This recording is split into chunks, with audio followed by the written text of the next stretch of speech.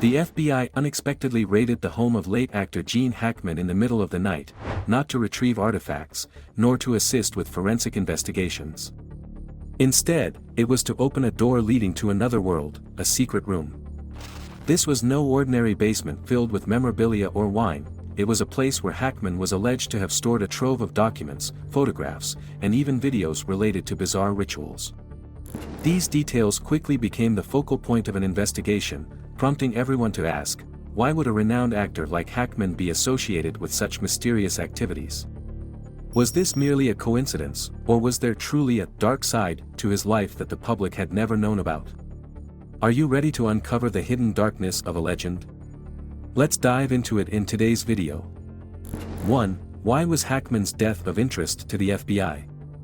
In a country like the United States, frequently faced with the deaths of famous individuals, the FBI's involvement in the passing of an elderly actor would typically be deemed unnecessary. However, the case of Gene Hackman was an extraordinary exception. It's worth emphasizing that the FBI didn't merely assist with on-site investigations, they arrived with a digital task force, a forensics unit specializing in classified documents, and even coordinated with the Cultural Heritage Protection Bureau, CHP. The involvement of multiple federal branches raised a critical question: what made them take such a special interest in a man reportedly dead from heart disease at the age of 95? The answer began to unravel through data collected from Hackman's medical devices. In his final years, Hackman relied on a pacemaker, a smart device capable of transmitting real-time medical data. Crucially, data from the pacemaker recorded an unusual sequence in Hackman's vital signs, including sharp fluctuations about 3 days before his death. Notably, the device also detected exposure to anomalous electromagnetic waves, the kind typically found only in environments housing classified research equipment or strong signal blocking systems. When this signal was cross-referenced with devices documented in previous cases involving extremist religious activities, the FBI found itself with valid grounds for suspicion. Beyond the device-related anomalies, there was another reason the FBI couldn't ignore Hackman's case. He had, albeit indirectly, been linked to individuals under national security surveillance. Leaked internal documents revealed that Hackman had received correspondences, including documents, from a mystical research group based in Europe, a group previously suspected of being a recruitment hub for secretive societies. Over the 3 years leading up to his death, ancient books, handwritten manuscripts, and even 16mm film reels from the 1960s had been delivered to Hackman's Santa Fe residence. Some of these records reference terms such as energy convergence rituals, soul fragmentation, and symbolic sacrifice, language found exclusively within obscure occult doctrines. The FBI took action when the medical data and electromagnetic signals were combined with neighbor reports. Some of Hackman's neighbors had complained about strange noises at night, lights emanating from underground, and mysterious guests appearing during full moons. Initially dismissed as superstition or coincidence, these details became suspicious when compared to similar activities at locations previously investigated by the FBI for extremist religious practices or secretive societies. Additionally, Hackman's medical records revealed that he had requested special sedatives, acquired outside conventional medical channels, through a doctor in the Navajo region, known for blending indigenous spiritual healing with modern medicine. All of these seemingly unrelated clues were pieced together by the FBI, forming a compelling justification for launching a federal investigation. Determining the cause of death became only a minor part of their mission. The greater priority was to uncover whether Hackman had been an active member of a secret religious group, or worse, if he was preserving, promoting, or even hosting extremist rituals within the country. This was why, when the task force entered Hackman's home, they came prepared not just to establish the cause of death, but to open another door, the door to what some would call the darkness of spirituality, concealed beneath the guise of art and fame. 2. The door to another world. During the search of the secluded villa nestled in the hills of Santa Fe, the federal investigation team did not expect to find anything beyond the typical belongings of a retired artist. However, the unnerving silence within the house, where 2 decayed bodies lay with no signs of forced entry and hardly any clear clues, prompted them to dig deeper. It was in the basement, behind what appeared to be an ordinary wine rack, that they uncovered something no one could have anticipated: a hidden mechanism activated by applying pressure to 3 specific points on the tiled floor. The concealed door slid open, revealing a spiral staircase descending into the depths of the earth, into a place untouched by daylight. According to the internal field report, this was no ordinary basement. The entire underground area was constructed with triple-layer soundproofing and advanced vibration-dampening materials, similar to those used in professional recording studios or military interrogation chambers. This immediately raised the question, why would a 95-year-old man, retired from the arts for nearly 2 decades, require such a secure and secluded space? The answer, if it existed, lay within the contents of this secret room. The underground space was modest, measuring only about 40 square meters, yet it was meticulously organized, not for daily living, but seemingly for ritualistic purposes. At the center of the room was a large circle drawn directly onto the stone floor using a mixture of substances that appeared to include iron oxide and dried blood, a combination often referenced in sacrificial rituals. Surrounding the circle were intricate geometric symbols, a pentagram intertwined with the eye of a serpent, the ancient Egyptian Ankh symbol, and a series of handwritten inscriptions in an obscure language believed to be linked to ancient Kabbalistic scripts. The walls were lined with wooden panels displaying bizarre hand-painted symbols, some depicting processes described as energy transformation, a concept often explored in academic mysticism studies. In the eastern corner of the room stood an old wooden shelf lined with leather-bound books, many of which had deteriorated with age. Several volumes were written in Latin, ancient Hebrew, and even dialects used in Egyptian temples during the Ptolemaic period.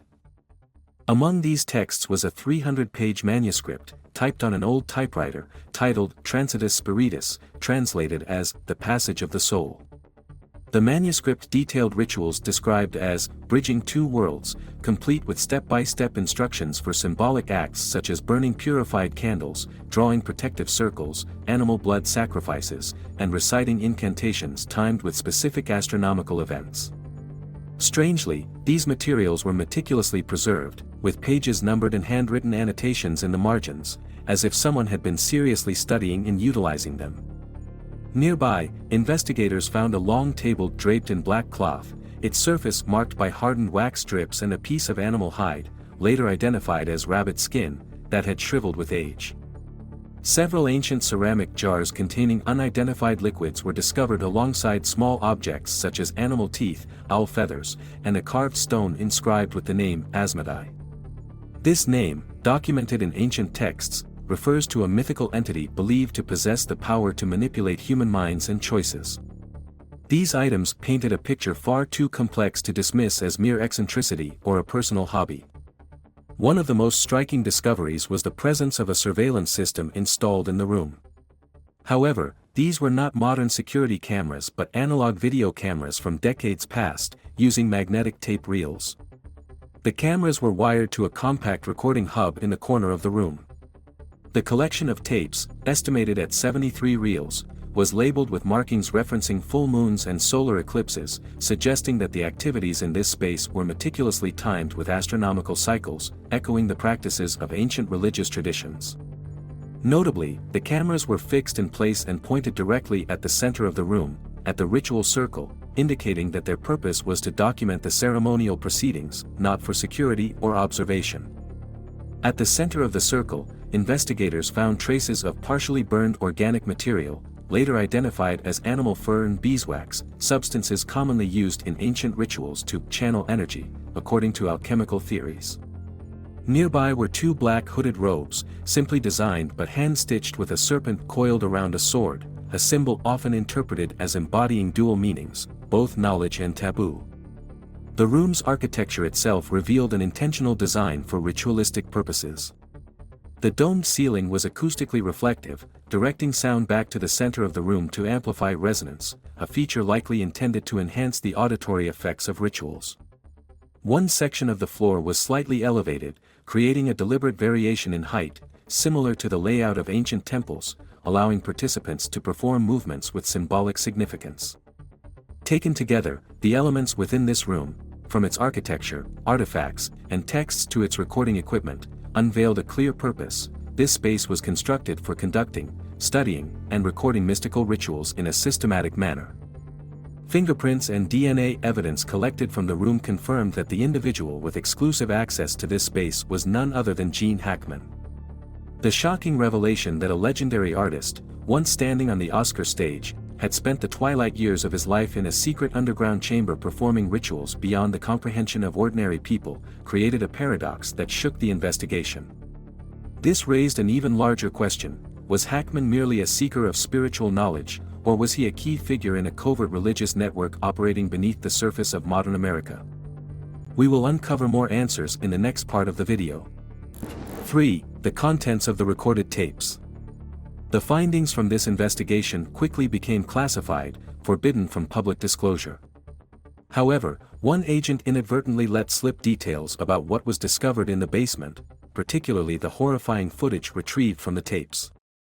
According to leaked information, when the FBI began extracting data from the analog recording system and vintage tapes found in Gene Hackman's secret underground room, they entered a world that no academic literature could have prepared them for. What was recorded was nothing like any art project, research material, or even experimental film Hollywood had ever produced.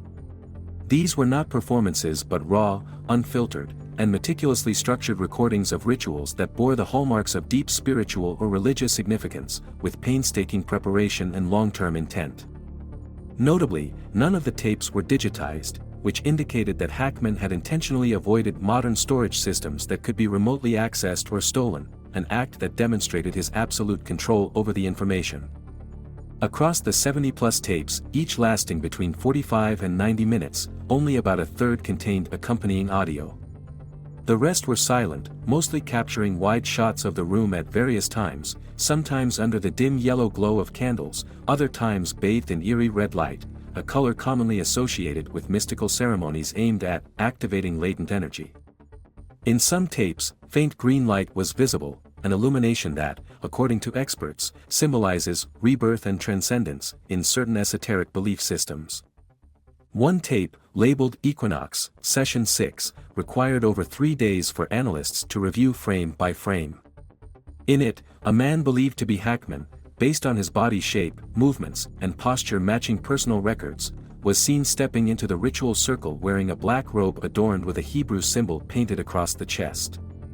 He placed a silver bowl at the circle's center, lit candles around its perimeter, and began reciting a lengthy passage in a language that blended Hebrew, Latin, and Old English. His voice was described as slow, steady, and hypnotic, almost as if chanting a spell. During the ritual, Hackman made deliberate, circular hand gestures, each motion perfectly aligned with descriptions found in the Transitus Spiritus manuscript discovered earlier. Most shocking, however, was the appearance of wax effigies, made using animal fur, placed in the center of the circle and set ablaze at the end of the ceremony. Forensic experts confirmed that the materials used for these effigies were not just ordinary candle wax but a compound containing keratin, coagulated blood, and proteins derived from animal tissue, raising suspicions that these rituals were not merely symbolic but involved actual biological components. In addition to the effigy-burning rituals, other recordings documented ceremonies involving monotonous sounds from brass bells, murmured chants, and precise carving of symbols onto animal hides, all performed with remarkable precision. In one particular session, Hackman appeared to lead a ritual referred to as the Energy Confluence Ceremony, during which he read passages describing the process of separating the soul from the body, transmitting it through symbols activated by fire and sound. Scholars researching Western esotericism noted that this description closely mirrors rituals practiced by the Hermetic Order of the Golden Dawn, a mystical organization that flourished in Europe during the late 19th century. The investigation took a more complex turn when the voices captured in these recordings were analyzed. Initially, it wasn't certain that the voice performing the chants belonged to Hackman. However, using AI-based voice recognition technology, the FBI compared the audio from the tapes to samples of Hackman's voice from interviews, film dialogues, and public speeches. The results showed a 95% match, enough to establish a criminal basis for investigation. This confirmed that Hackman was not just leading the rituals but also systematically documenting them. The narration in the recordings wasn't merely incantations but also philosophical discourse. In one particularly controversial tape, Hackman, standing directly in front of the camera, spoke about disconnected souls and the necessity of unifying lost energy to maintain the biological order of the material world. A religious studies expert from Georgetown University suggested that this reflected a fusion of quantum energy theories with the ideologies of mystical sects like Gnosticism, which holds that the material world is an illusion, and only through ritual can one reach their true essence. Some shorter tapes, labeled as meditation notes, had a different structure. In these, Hackman was seen meditating, holding a small notebook, and reciting his experiences following rituals. One chilling excerpt stated, "I felt vibrations beneath the room. The light was no longer from the candles but emanated from my mind itself. By the third chant, I saw her, not Betsy, but a form of light, gently touching my forehead before fading." While this could be interpreted as a deeply personal spiritual experience, the phrasing, tone, and emotional inflection suggested a state of deep trance, something often documented in religious or mystical meditative practices. Structurally, the tapes were numbered and labeled according to lunar cycles, with some referencing ancient Celtic festival dates like Samhain, Beltane, and Imbolc. This confirmed that the rituals were not random but meticulously timed according to a sacred calendar, a crucial element in ceremonial magic systems, where specific times are believed to open gateways for energy interactions. Everything recorded indicated that Gene Hackman was not merely interested in mysticism. He had devoted time, energy, and intellect over the course of years, possibly decades, to studying, systematizing, and practicing a rigorous, symbolically rich, and meticulously documented ritual system. But what was his ultimate goal? Stay tuned for the next section to uncover the answer. 4. Evidence Hackman practiced rituals in real life. The discovery of dozens of tapes showcasing Gene Hackman's mystical rituals may lead some to speculate that they were merely experimental, academic, or even a form of late-life performance art. However, as investigators and experts began connecting the findings from his secret room to elements of Hackman's personal life, they uncovered a series of clues suggesting that he was not just an observer or imitator of rituals but actively brought these esoteric practices into his daily life, methodically, intentionally, and over many years. One of the first pieces of evidence supporting this theory came from handwritten journals found in his personal bedroom, not in the ritual chamber. These journals contained numerous entries describing sensations following deep meditation or transformative rituals. One passage read, "After the full moon night, I felt energy shifting through my spine. I didn't dream, but with my eyes closed, I saw symbols spinning like wheels, flames radiating from my heart to my fingertips." While the entries didn't explicitly mention the underground chamber, the language and descriptions strongly suggested states of heightened consciousness, something experts on mysticism believe can only be achieved through prolonged ritualistic or meditative practice. Another entry made on the night his wife, Betsy Arakawa, was said to have passed away, read, "She has been called away. There was no pain, only light. I did not stop her, I only sat in a circle, lit 7 candles, and whispered so her soul would know I am always here." At face value, this could be interpreted as a grieving husband's way of coping with loss. However, in the context of the secret ritual chamber and associated records, this entry hints at the possibility that Hackman performed a soul-releasing ceremony, possibly his final ritual, separate from the physical world. Further evidence came from the mysterious death of one of Hackman's 3 pet dogs. When authorities inspected the property, they found one dog dead in its kennel while the other 2 survived, despite all having access to food and water. The deceased dog showed no signs of dehydration, illness, or external injury but had traces of dried blood at its neck, not enough to be fatal, but unexplainable nonetheless. Veterinary experts couldn't rule out the possibility that the animal had been used in a symbolic act, potentially as part of a sacrificial ritual. This theory gained traction after reviewing tapes that depicted rituals involving animal fur, claws, and small bone fragments. In some recordings, a small, furry creature could be seen placed at the center of the circle, after which the lights would dim. When the lights returned, the creature was gone, replaced by a bundle wrapped in cloth. Audio analysis revealed faint animal noises, abruptly silenced, followed by rapid, rhythmic chanting. Hackman performed these rituals alone, with no other participants documented, solidifying his role as both the officiant and sole practitioner of these ceremonies. Beyond the tapes, testimonies from family and neighbors provided further insight. A relative who visited Hackman in 2021 remarked that he was no longer the funny, movie-loving uncle they remembered. Instead, Hackman spent most of his time reading dense books in obscure languages and had begun decorating his home with strange symbols, concentric circles, cryptic glyphs, and diagrams resembling energy matrices. He told me these symbols protected the house from entities beyond this reality, the relative recalled. A neighbor described seeing Hackman in his backyard at midnight, dressed in a black robe, raising his hands to the sky and muttering something indecipherable. They assumed he was either senile or meditating. But after news of the secret chamber broke, those memories took on a more sinister tone. I thought he was rehearsing for a role, the neighbor said, but now I wonder, was the role real, or was he living in a world he created for himself? Even Hollywood colleagues provided cryptic accounts. A director who worked with Hackman in the 1990s shared that Hackman always avoided questions about his personal life. He skipped post-film gatherings and interviews, and one colleague recalled Hackman once saying, "There are things in Hollywood you don't talk about. There are people you don't name. There is knowledge not meant for the public."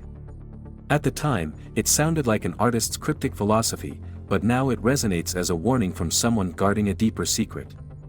Hackman's choice of residence also hinted at his connection to mysticism. Santa Fe, New Mexico, is not only known for its serene landscapes and vibrant Native American culture but also as a hub for spiritual communities, from healing and meditation groups to secretive esoteric societies. Unlike many of his peers who opted for Malibu or Beverly Hills, Hackman chose to retreat to a region steeped in sacred traditions and linked to rituals of communion with the Earth Spirit. When pieced together, the physical evidence, eyewitness accounts, and extracted recordings painted the image of a Gene Hackman who was no longer merely a celebrated actor. He had become a man on a profound, ritualistic spiritual journey, one that blurred the lines between reality and mysticism. Whether his actions were misguided, dangerous, or simply misunderstood, one thing was clear: Hackman's final years were consumed by a quest into the unknown. Stay tuned for the next section, where we delve into the possible motives behind his extraordinary practices. 5. Unanswered questions. Gene Hackman performing rituals alone in a secret room was already an unusual occurrence.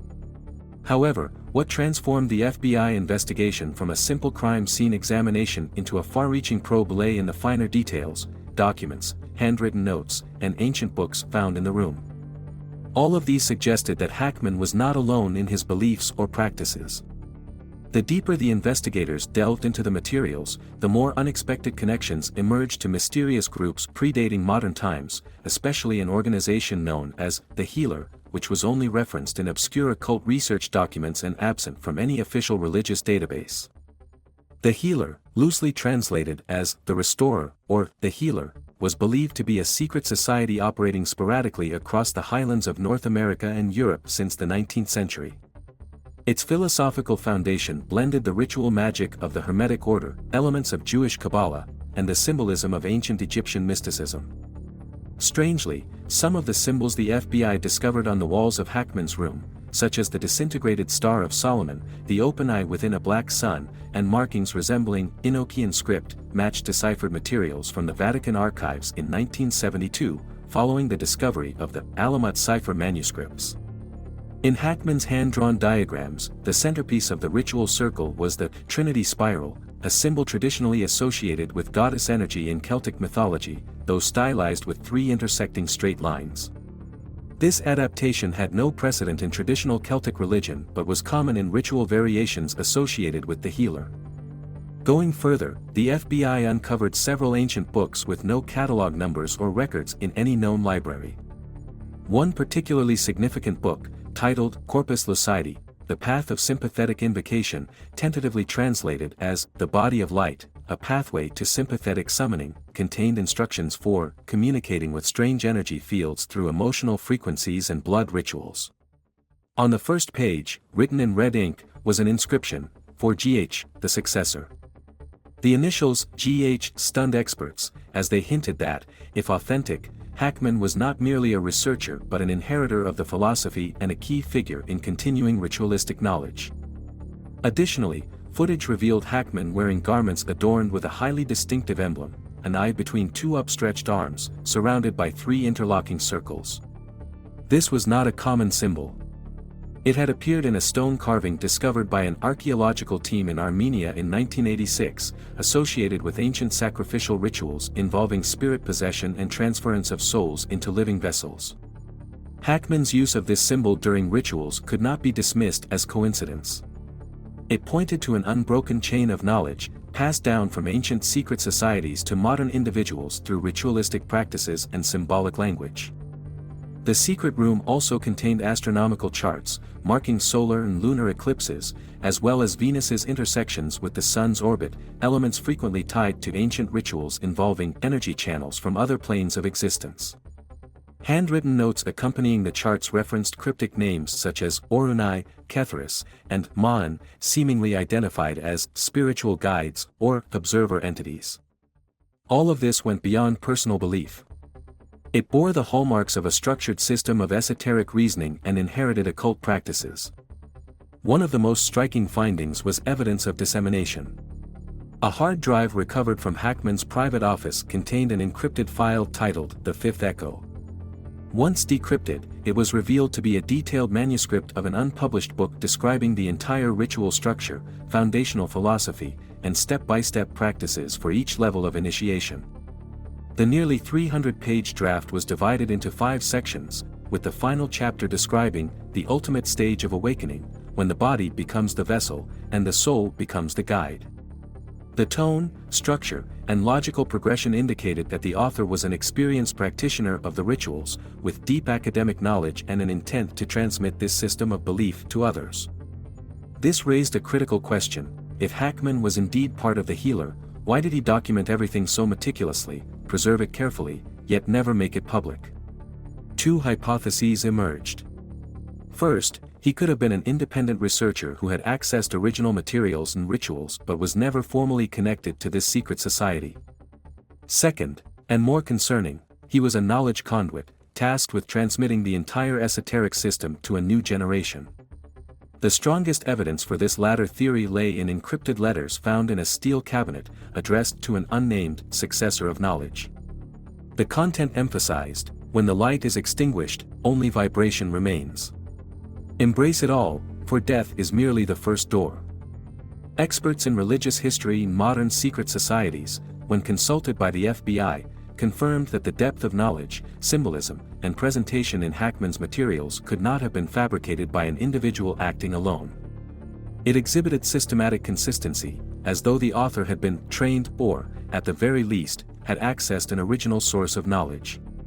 Hackman's decision to reside in Santa Fe, a crossroads of indigenous mysticism, birth energy theories, and abstract artistic movements, further supported the theory that he was at the center of an informal network, acting simultaneously as a scholar, practitioner, and disseminator of unconventional beliefs.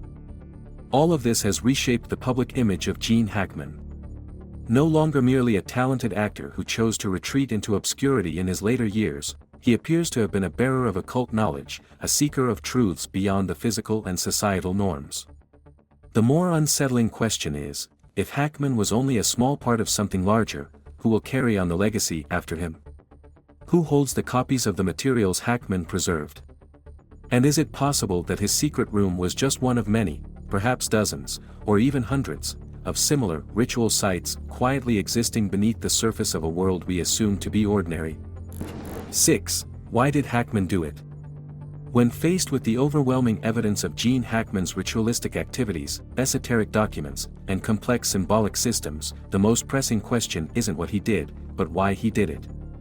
Why would one of Hollywood's greatest actors, a man who once stood at the pinnacle of fame, possessing everything millions could only dream of, choose to retreat into seclusion to study and practice ancient rituals, some of which are believed to be linked to secret societies and obscure mystical traditions?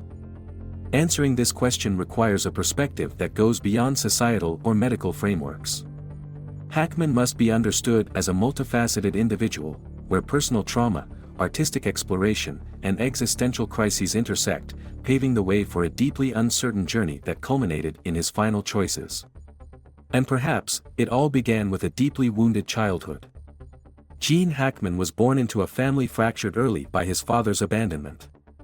This familial rupture left an indelible psychological scar, something Hackman rarely spoke about publicly but which seemed to echo as an undercurrent in many of his performances: men burdened by inner turmoil, fiery tempers, and a tendency to rebel against systems or rules, yet deeply lonely and emotionally unstable.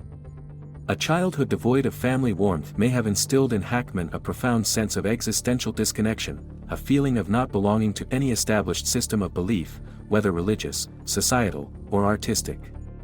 While many seek solace in therapy or conventional faith, Hackman's rebellious spirit drove him to seek answers in his own way, answers that were deeply personal, mystical, and beyond conventional morality. This might partially explain Hackman's decision to turn his back on Hollywood while still at the top of his game. Beginning in the early 2000s, he virtually disappeared from public life. In a rare 2004 interview, one of the few times he engaged with the media after retiring, he remarked, "I no longer feel the need to pretend to be anyone else. Now, I just want to figure out who I really am." In hindsight, this statement was not just a farewell to acting, but a declaration of his intent to embark on a profound inner journey, one he may have been preparing for years. We cannot ignore the role of mental health in Hackman's story.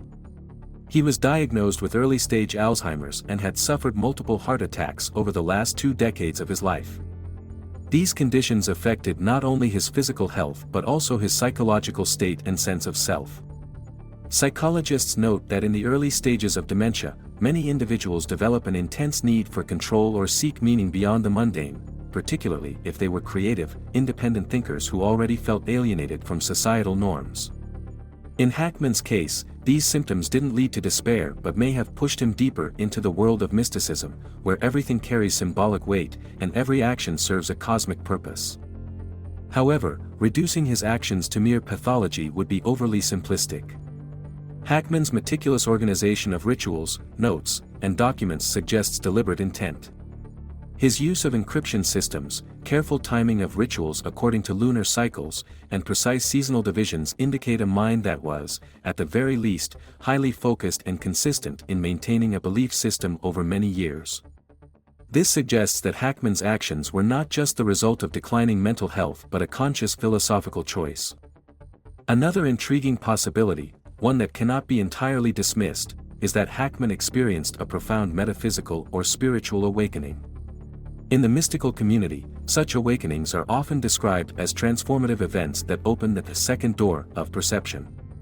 While these experiences can't be objectively verified, excerpts from Hackman's personal journals hint at a state of mind similar to what mystics describe: moments of transcendence, visions of inner light, and hearing calls from otherworldly entities during meditation.